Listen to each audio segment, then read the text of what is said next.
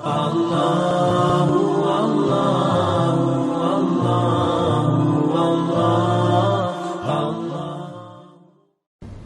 laki-laki yang hadir di sini, ikhwah. Kalau Allah mudahkan antum memiliki anak, maka usahakan mengkader dia menjadi calon pemimpin umat. Dalam arti kata begini, ada beberapa anasir, poin-poin untuk mencetak kader umat. Yang pertama sekali, jangan ukur kemampuan anak kita dengan kemampuan kita. Ini poin penting. Misal, antum bisa baca Quran nanti umur 20 tahun misalnya. Atau menghafal Al-Quran sampai sekarang baru setengah juz. Lalu kemudian anak antum yang SD kelas 5, baru dilihat kurikulumnya ternyata 1 tahun harus hafal 2 juz. Kita tarik pemahaman 2 juz itu ke diri kita. Bisa nggak ya anak saya? Kayaknya terlalu besar 2 juz. Karena tolok ukurnya dirinya dia. Ini satu hal yang harus ditepis, dibuang jauh-jauh. Jangan pernah ada gap atau batas antara kemampuan anak kita dengan kita. Ini yang saya lihat hal mendasar yang ditanamkan oleh para ulama kepada anak-anak mereka. Makanya lahirlah anak-anak yang umur 6 tahun, 7 tahun hafal Quran. Mungkin orang tuanya dulu pemabuk, tapi anaknya hafal Quran. Karena mereka coba keluar dari sebuah batas atau sebuah tembok yang dia buat sendiri, dan syaitan dukung itu supaya mengukur kemampuan anaknya dengan kemampuan dia. Biarin, bebasin mereka dari sisi agama. Hafalannya luaskan, dukung terus. Ayah saya sudah hafal surah jin, alhamdulillah nak, tambah lagi, surah apa lagi, walaupun kita belum hafal, nggak apa-apa. Gitu kan? Jangan seperti banyak terjadi teman-teman kita, semoga Allah berikan hidayah. Mereka malah berpikir mewariskan keburukan kepada anak-anak. Dia dulu pernah berzina sebelum nikah, atau ikhwah akhwat kita hamil di luar nikah, wa na'udzubillah, dia ingin anaknya juga begitu. Itu yang diwariskan. Dia pakai jilbab nanti umur 30 tahun, dia mau juga anaknya seperti itu. Sekarang belum saatnya kalau masih SD, belum saatnya pakai jilbab. Ibu kan juga dulu nak, nggak apa-apa pakai jilbabnya setelah menikah, setelah punya anak 2. Ya kalau anak kita sempat nikah, kalau meninggal sebelum itu.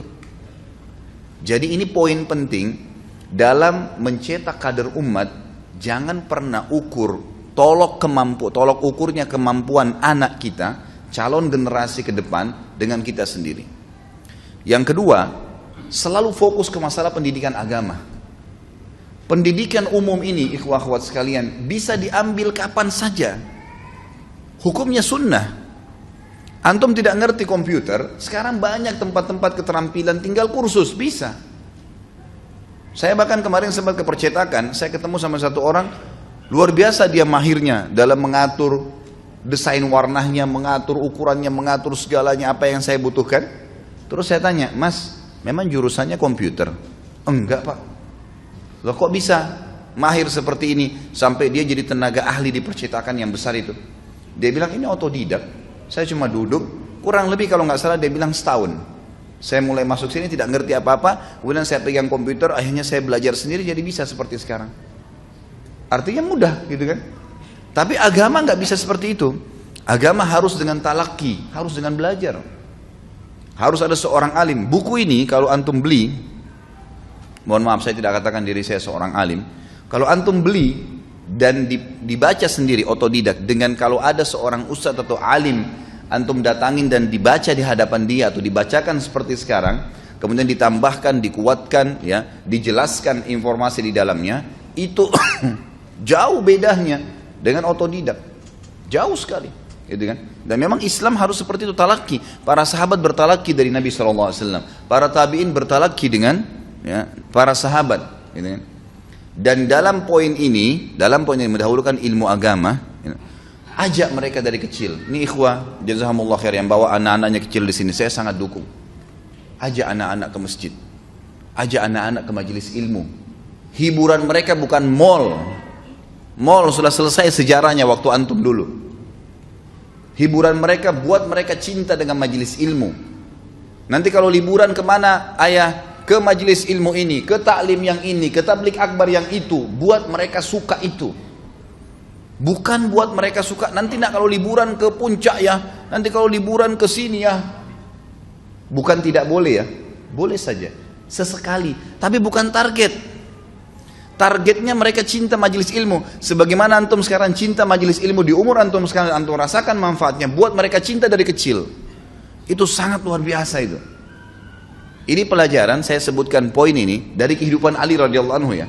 Nanti kita lihat, Ali radhiyallahu anhu ternyata memang adalah kader Nabi SAW. Bukan main-main. Anak ini dari kecil, dari umur 6 tahun diambil oleh Nabi SAW, lalu dibina di rumah kenabian. Dan ternyata betul-betul menjadi figur yang luar biasa, luar biasa. Saya kalau baca riwayat beliau, sampai sempat mau netesin air mata, bagaimana luar biasanya beliau. Kepribadian yang luar biasa, yang tidak bisa digambarkan. Dan tidak kalah dengan 3 temannya sebelumnya. Semua punya kelebihan yang luar biasa. Uthman, Umar dan Abu Bakar radhiyallahu anhum ajma'in. Luar biasa figur-figur ini tercetak, terorbit betul-betul. Dan saya lihat poin ini yang difokuskan oleh Nabi SAW. Gitu kan? Nabi SAW tidak pernah membatasi Ali karena umur 6 tahun kemudian tidak disampaikan wahyu. Apa saja agama disampaikan. Apa saja. Saya kagum dengan seorang ikhwah pernah datang ke saya di Kalibata. Saya pas selesai taklim, dia bilang, Ustaz, alhamdulillah saya bisa ikut pengajian Ustaz. Kenapa akhi? Sudah lama saya lihat di YouTube. Dan ini Ustaz, anak saya, ada anaknya mungkin kelas 2, kelas 3 SD. Kenapa anaknya Pak? Dia bilang, ini anak saya, setiap malam kalau mau tidur saya dengarkan ceramah Ustaz. Awalnya. Sekarang Ustaz ketagihan, setiap mau tidur harus dengar ceramahnya Ustaz Khalid. Dan hampir semua ceramah sudah didengar sama dia dari YouTube. Gitu kan? Sekarang setiap malam dia ketagihan dengar ceramah. Itu kalau ayahnya mati, saya jamin sudah jadi amal jariah itu. Jadi yang diidolakan seorang alim, seorang dai, sekali lagi saya bukan katakan diri saya, siapapun Ustaz ya. Siapapun yang memang kebetulan ada, kita punya peluang, alhamdulillah.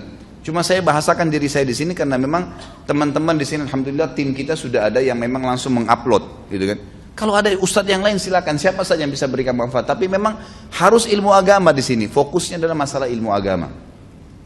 Itu kewajiban, sementara ilmu lain itu umum. Ilmu lain umum. Yang ketiga, hubungkan antara fasilitas yang diberikan kepada anak-anak itu dengan prestasi. Dengan prestasi. Kalau kamu hafal 5 juzna, ayah berikan sepeda. Emang begitu? Apa yang dia minta? Ayah minta ini. Baik, syaratnya ya 2 juz Quran. Nih surah ini nak hafalnya. Selalu Quran. Kalau sudah hafal Quran, sekian 10 hadis. Setiap bulan 10 hadis kasih duit, nggak apa-apa. Oh nanti Ustaz dia tidak ikhlas. Itu bukan masalah ikhlas atau tidak ikhlas. Tidak ada hubungannya orang keikhlasan dengan terima duit.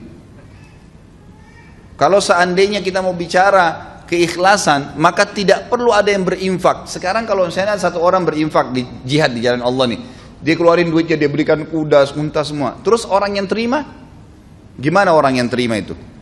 Berarti dia tidak ikhlas karena dia terima dari orang lain. Enggak ada hubungannya. Ikhlas itu bicara masalah hati. Kalau begitu semua dosen nggak boleh terima gaji dong. Nggak ada hubungannya itu. Jadi hubungkan prestasi dia dengan sesuatu, gitu kan? Maksudnya hubungkan fasilitas itu dengan prestasi, ini penting, gitu kan? Jadi berikan support, maka ini penting sekali. Hubungkan dan selalu prestasinya hafal Quran, hafal Quran, hafal Quran.